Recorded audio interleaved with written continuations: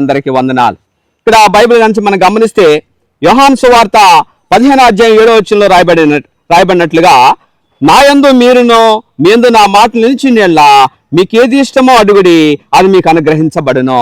ప్రభునందు ప్రియమైన వాళ్ళరా, యేసు ప్రభు వారు ఒక వాస్తవ సత్యాన్ని ఈ రోజున మనకు తెలియజేస్తున్నారు. ఏది ఇష్టమో అడుగుడి అది మీకు అనుగ్రహించబడు.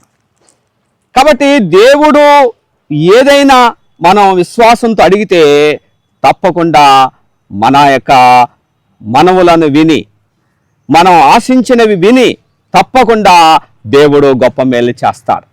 మరి ఇలాంటి గొప్ప మేలులు మనం పొందాలి, గొప్ప దీవెనలు మనం పొందాలి అంటే మనము దైవానికి తగ్గట్టుగా ఆయనకి ప్రియమైన ప్రజలుగా మనం జీవించే వారం కావాలి. ఇక్కడ బైబిల్ నుంచి మనం గమనిస్తే దేవుడైతే సెలవిస్తున్నాడు, నా యందు మీరును. ప్రభునందు ప్రియమైన వాళ్ళరా, ఇక్కడ దేవుడు 2 మాటలు మనకు జ్ఞాపకం చేస్తున్నాడు. నా యందు మీరును మొదటిగా, రెండవది మీ యందు నా మాటలు నిలిచినేలా. కాబట్టి దేవుని యందు మనం నిలిచి ఉండాలి, దేవుని మాటలు మన యందు నిలిచి ఉండాలి. ఎప్పుడైతే ఆ విధంగా మనం చేయగలుగుతామో అప్పుడు మనం ఎంతో ధన్యులమవుతాం. మనం కోరినట్టుగా దేవుడు మనం అడిగిన వాటిని తప్పకుండా ఇవ్వగలిగినటువంటి సమర్థుడు. ఎందుకంటే దైవానికి అసాధ్యమైనదంటూ ఏది కూడా లేదు.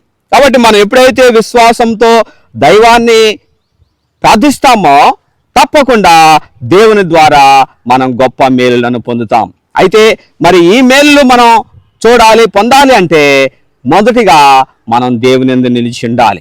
దేవుడు ఏదైతే చెప్పినాడో ఆయన యొక్క మాటను, ఆయన నియమ నిబంధనలను, ఆయన యొక్క వాక్యాన్ని, ఆయన చిత్తాన్ని మనం ఎప్పుడైతే అనుసరిస్తామో అప్పుడు మనము దేవుని యందు నిలిచిన వారం కాగలుగుతాం. అలాగే దేవుని మాటలు మన యందు నిలిచి ఉండాలి. మనం ఒక చెవితో వింటున్నాం, ఒక చెవితో వదిలేస్తున్నాం. మరి అలాగూ దేవుని మాటలను మనం వదిలేవారిగా ఉంటే మనము ధన్యులం కాలేమో. దేవుడు మన యందు సంతోషించడు, మనం ప్రార్థన చేయగా ఆలకించడు, మళ్ళీ మన కుటుంబాల్ని దీవించడు. అలాగే నువ్వు ఏదైతే ఆశించి అడుగుతావో వాటిని నువ్వు పొందలేవు. కాబట్టి నువ్వు ఏదైతే ఆశించి అడుగుతున్నావో వాటన్నిటిని నువ్వు పొందాలంటే నువ్వు చేయవలసింది ఏంటంటే దేవుని మాటలు నీ హృదయంలో నిలిచి ఉండాలి. అప్పుడు నువ్వు ధన్యుడవు, ధన్యురాలు అవుతావు, దైవానికి ప్రియమైన వ్యక్తి అవుతావు, దేవుని యందు సంతోషిస్తాడు, నువ్వు ప్రార్థన చేయగా ఆలకిస్తాడు, నిన్ను నీ కుటుంబాన్ని దీవిస్తాడు. ఈ రోజున మాట్లాడినట్టుగా ఏది ఇష్టమో అడుగుడి అది మీకు అనుగ్రహించబడినని దేవుడు చెప్తున్నాడు. కాబట్టి నువ్వు అడిగిన వాటిని తప్పకుండా పొందుకుంటావు. దేవునికి స్తోత్రం.